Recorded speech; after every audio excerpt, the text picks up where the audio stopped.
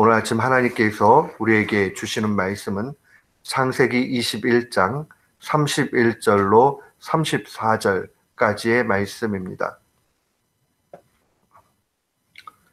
창세기 21장 31절로 34절 말씀. 우리 같은 마음으로 주의 말씀 봉독토록 합니다. 두 사람이 거기서 서로 맹세하였으므로 그곳을 브엘세바라 이름하였더라. 그들이 브엘세바에서 언약을 세우매 아비멜렉과 그 군대 장관 비골은 떠나 블레셋 족속의 땅으로 돌아갔고, 아브라함은 브엘세바에 에셀 나무를 심고 거기서 영생하시는 하나님 여호와의 이름을 불렀으며, 그가 블레셋 족속의 땅에서 여러 날을 지내었더라. 아멘. 저는 오늘 본문 말씀을 통해서 예배하는 그리스도인이 되라 라는 제목으로 주의 말씀을 선포하도록 하겠습니다. 저명한 신약학자였던 라이프 말틴 교수님이 이런 이야기 했습니다. 예배는 하나님의 지고한 가치를 역동적으로 찬미하는 것이다. 이 말을 조금 음미해서 쉽게 이야기하면, 예배를 통해서 가장 높으신 하나님을 찬미하는 것, 그게 바로 예배라는 겁니다. 예배는 하나님을 가장 높이는 일들 가운데 최고봉이다 하는 것이 그의 뜻입니다. 하나님의 가치를 다양하게 높이고, 이 높이는 일들이 우리 인생의 목적입니다. 만약에 우리의 삶 가운데서요, 예배가 있지 아니한다면 우리는 어떠한 좋은 것을 한다 할지라도 그게 최고의 영광 하나님 앞에 돌리지 못하게 됩니다. 그러나 우리가 많은 것 가지고 있지 않아도, 우리가 부족함이 많아도, 우리가 우리 인생을 바라보고 한심해도 하나님 앞에 정말 가장 최고의 값진 예배를 드리게 될 때에 하나님은 그것을 가장 귀하라, 그렇게 받아주십니다. 예배에서 실패하는 것은 곧 인생을 실패하는 겁니다. 이 땅 가운데 고난한 나날을 지내도 예배에 성공한 사람, 그 사람은 인생을 승리하는 겁니다. 우리는 그 사실을 분명히 기억해야 됩니다. 오늘 본문 말씀은 예배자 아브라함을 증거하고 있습니다. 오늘 본문에 나와 있는 대로 아브라함과 그랄 왕 아비멜렉 사이에 언약이 체결됩니다. 31절 보면 두 사람이 거기서 서로 맹세하였으므로 그곳을 브엘셰바라 이름했다. 이 브엘셰바라는 말 자체는 맹세의 우물이라는 뜻입니다. 언약의 증표를 세운 거지요. 그러면서 이제 32절 33절에 보면 아비멜렉과 비골은 블레셋 땅으로 돌아갑니다. 근데 아브라함은 그 브엘세바에서 그 영생하시는 하나님 여호와의 이름을 불렀다라고 그렇게 증거합니다. 영생하시는 하나님 여호와, 존재는 그 이름 속에 포함되어져 있습니다. 우리가 누군가의 이름을 이렇게 부르면 그 사람이 쳐다보지요.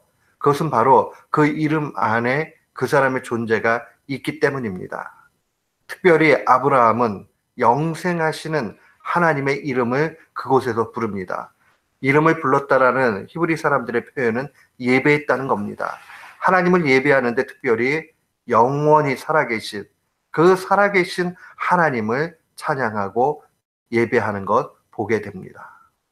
아브라함이 어느 곳에 있든지 간에 자신을 돌보시고 이끄시는 그 하나님을 찬양하고 예배하는 것, 이거 참 귀합니다. 그런데 33절은 증거할 때에 아브라함이 브엘세바에 에셀나무를 심었다라는 말을 집어넣습니다. 성경은 필요 없는 것, 그것을 절대로 기록하지 않습니다. 에셀나무를 심었다라는 것이 왜 그렇게 귀중한가? 에셀나무는 광야에서 그늘이 되어주는 나무입니다. 이게 자라면 보통 평균적으로 3, 4m 정도 자란다고 합니다. 근데 이 나무가 아주 최고로 자라게 되면 대략 9m 정도까지 자란다고 얘기해요. 이 광야에서 이 큰 나무가 자란다는 게 기적이죠. 그런데 이 나무는 염분이 높거나 모래가 많은 그런 사막에서도 잘 자라납니다. 왜 그런가 보니까 그 뿌리가 거의 100m 정도까지 밑으로 쭉 내려 뻗는 특성이 있답니다. 바위가 있어도 바위를 돌아서 땅속 물을 찾아서 그렇게 잘 뻗어나기 때문에 이 뿌리가 깊은 이 나무는 어떠한 환경 조건이 나빠도 분명히 자기의 생명을 유지하면서 간다는 겁니다. 결국 아브라함은 에셀 나무를 심으면서 영혼의 그늘이 되어주시는 하나님을 기억을 하고 믿음의 뿌리를 깊이 내리듯이 그 예배하는 가운데 그가 믿음의 뿌리를 내리고자 하는 그 열망이 있다는 것을 분명히 보게 됩니다. 상징을 분명히 가지고 있지요. 참된 평안과 안식이 하나님을 예배하는 가운데 있다라는 것을 그는 마음속에 간직했을 것입니다.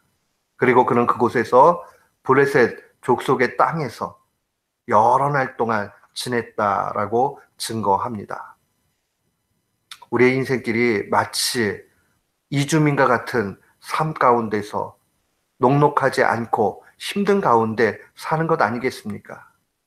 마치 아브라함이 갈대아우르를 떠나서 약속의 땅으로 왔지만은 그 곳에 있는 거친 블레셋 사람들, 그 땅에서 거주한다는 것은 쉬운 일 아니었습니다. 그러나 하나님의 은혜, 하나님의 권능, 하나님의 보호하심 그 가운데서 안식하며 살아갑니다. 그 안식을 누리는 근본은 그가 바로 예배의 승리자였기 때문에 그러합니다. 언제나 그는 하나님을 예배하는 것을 우선시했습니다. 우리의 인생은 어떻습니까? 우리도 똑같지요. 세상 바빠먹고 사는 일들이 쉬운 일은 아닙니다. 그리고 그런 가운데서 우리는 자칫 잘못하면 하나님 예배하는 것, 경배하는 것 놓칠 때가 많이 있어요. 그러나 우리가 최고로 목표를 삼아야 되는 것은 온전한 예배 드리는 겁니다. 그 하나님과의 관계의 온전함, 예배의 승리, 여기에서 참된 평안이 오게 됩니다.